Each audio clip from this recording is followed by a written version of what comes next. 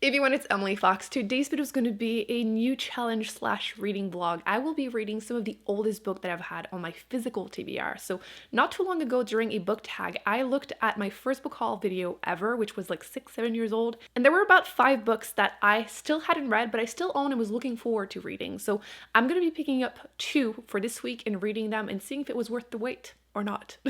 Special thank you to Book of the Month, who is the sponsor of this video. I will be showing you the options for the June box right after the intro.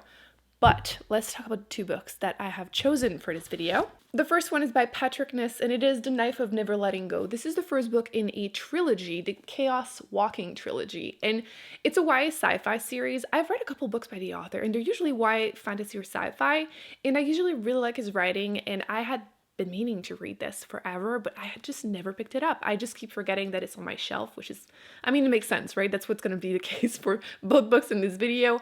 All I remember, because again, it's been a while, is that there's a teenage boy and he can hear, like everyone, all the men can hear everyone's thoughts, but then one day he meets a girl and he can't hear her thoughts.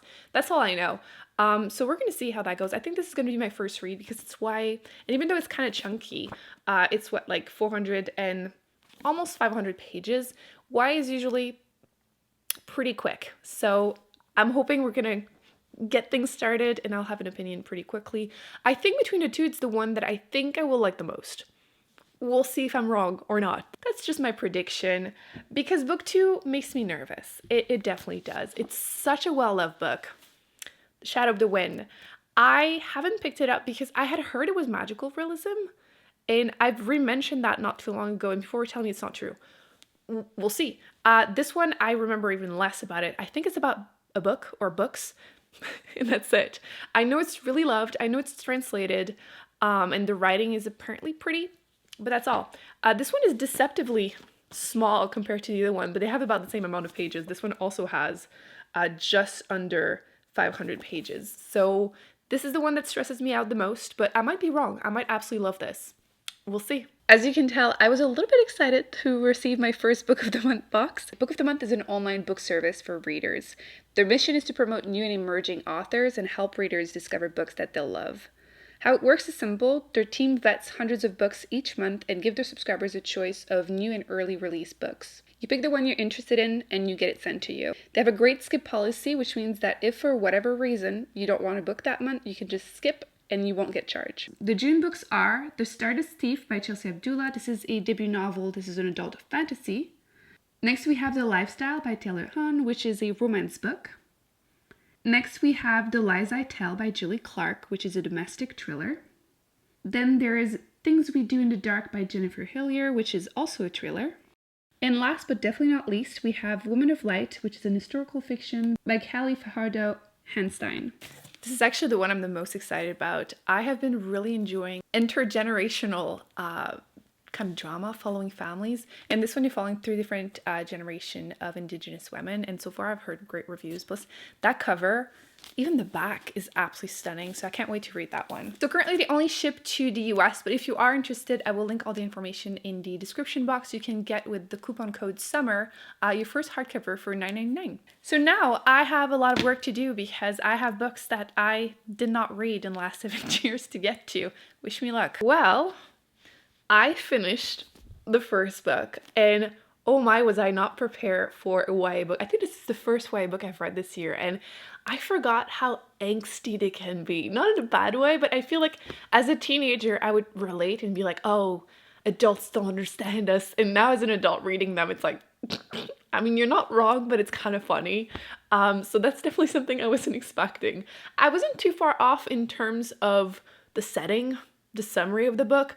I do want to give a little bit more info. I feel like the info is revealed throughout the book, but I'm going to give you a little bit more because I feel like I didn't realize how sci-fi it was, and if I had known, I think I would have picked it up earlier. So I was right. You're definitely following this young boy, teenage boy. He's about to turn 14, which for his town, that's when you become a man, an adult. So in that town, it's only men, and they can hear each other's thoughts because humanity, this group at least of people, went to a different planet, and on that planet there were aliens, the spackles, and there was this big war that happened, and women all died from this disease, and men survived, but they could hear each other's thoughts after that. So they called it the noise, And I like that it's really reflected in the way the writing is told, and sometimes it's like even visual. I'm not sure how they did that with the audiobook. I'm trying to find like one part that shows you.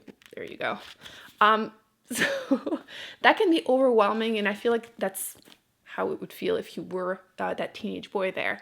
And one day he is sent by his two like father figures to go and get some apples with his dog, and he meets a girl who he can't hear her thoughts. So it's like quiet and it's very weird. He's trying to understand what's going on. And this book was just a lot darker than I expected to. Not in a bad way, but I really didn't expect it. And there's a lot of like running away. I'm going to keep this spoiler free. Of course, if you want more details, ask me in the comment section and I'll put spoilers and give it all to you. But yes, I feel like some of the messages were definitely not what I expected. Go you, Patrick Ness. This was published in 2008, so it's still fairly recent, of course, but a few things I didn't expect, and the ending got me all in my emotions. The author is really good at making you hate some characters. Like, I feel like in general his books tend to be quite emotional. It's often coming of age with a teenage boy, so it's definitely something that he does well. There's one thing that I need to mention that is a spoiler, so I'm going to put spoiler very obviously on the screen, so you can mute me. It's not going to last long. You can skip ahead, whatever you prefer. But it needs to be mentioned because it really affects my rating, like a lot.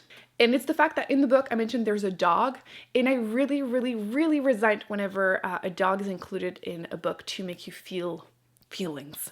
Like the main character doesn't really care for his dog in the beginning. He never wanted a dog, because you can also hear dogs' thoughts, by the way, any animals or insects. So he never wanted one, and I feel like he's not super nice to it in the beginning. And then, of course, this is the big spoiler, dog is killed.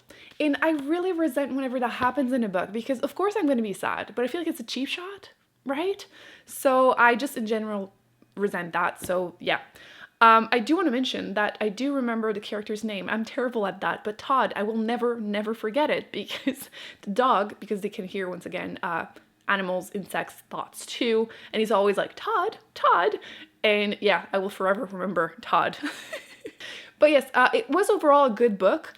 I am not in a rush to continue. Let me know if you've read the rest of the series and let me know if it's worth it or not, because of the spoiler, once again. So I think this is going to be a 3.5 stars. It was a really quick read. I read this in like 2.5 days. And like I said, it's almost 500 pages, but YA books, like I said, tend to be quick reads. But yeah, I overall enjoyed it, but it's such a negative book, and I'm like so mad about some of the stuff that I'm going to need a little while before I pick up the next, if I do. So I'm happy I got around to reading it. I do think I would have liked it more as a teenager, but you know, it is what it is. Not bad.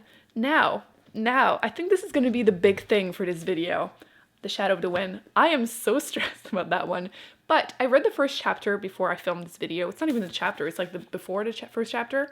I cheated, I know, but I read the first 8 pages. So it's not really big cheating, but I was stressed, okay? I'm allowed to be nervous, and I actually really like the writing, so I'm now okay with it. I feel like I will enjoy this, and I was right, it is about a book, The Shadow of the Wind. So I'll update you.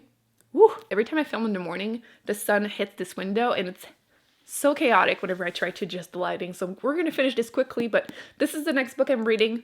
I'm now okay with it. I can do this. I'm actually excited, so I'll let you know how it goes. I finished book 2, and oh my gosh, this was so good. Like, easily top 3 of the year so far. This was just, why did I wait so long? Literally from the like 100 pages into it, I was like, why did I wait? Why did I wait? I know, it's because I thought it was magical realism, and it's not. It's historical fiction, and I love the writing. I can't even imagine, I mean, this is a translation, so I can't imagine in the original language, but this is such a beautiful story of this little boy who his father bring him to the cemetery of forgotten books, and he chooses one, and then the whole book is him trying to figure out who the author is and figure out what happened to him, because he fell in love like the first night, read it, the whole thing, stayed up to read it, and fantastic. Compelling story, great writing, compelling characters. My only complaint is that I know it's like historical fiction, beginning of the 1900s, but the sexism at times was a little annoying, especially whenever, like, for example, some characters like Furman, probably mispronouncing his name, but Like, he was super likable, and then he would say stuff sometimes, and it was like, ugh. But solid 4.75. Like, this was just so good. I will be thinking about this book for so long. And I believe this is the first book in the series or the companion novels. I will have to look it up because I will be reading more. I will read the next one. Everything I can find by the author, because now I want to read The Shadow of the Wind, which was the name of the book that the main character found. Just to give you a bit more of an idea, he realizes that someone is going around finding all of the books by the author and just burning them. So he's, probably has the only copy of The Shadow of the Wind that exists. And why did I wait 6 years? I went back and looked, and my first book haul ever was August 2016. So almost 6 years to the day, I finally read it. Took me a while, but we got around to doing it, and I'm so happy I did it because this is such a good book. Why did I wait? I'm always saying how historical fiction doesn't really work for me anymore because I've read too many like World War II stories. And even though, it happens, part of it happens during that time, this isn't the case, and I love it. Oh my gosh, I love it. So what did we learn today, Emily? Read the books you were excited to read that you've owned forever. I actually had 2 more books, I believe, in that video that I still haven't read, but I still own. I have An Ember in the Ashes and Between the Shades of Grey, which are both YA books. So I think that sticking to the one adult book was also a good idea, but I could do part 2 if you want me to. I feel like they've been on my shelf also for 6 years, and maybe it's time for me to decide if I enjoy them or not. All I'm going to say is that I will never look at sailor suits the same way anymore. So this was my challenge of reading some of the oldest books that I've had on my physical TBR, and I think it was successful. One 3.5 and then one 4.75. I didn't expect that I had forgotten books that I would give 5 stars to. After 6 years, you would think I would have moved on, but nope, I just needed to learn my lesson. I hope you enjoyed this video. Thumbs up, subscribe. I will be putting more videos on the screen that I recommend you check out, and I will see you in an upcoming video very soon. Bye. Kiss on a cheek or loving just like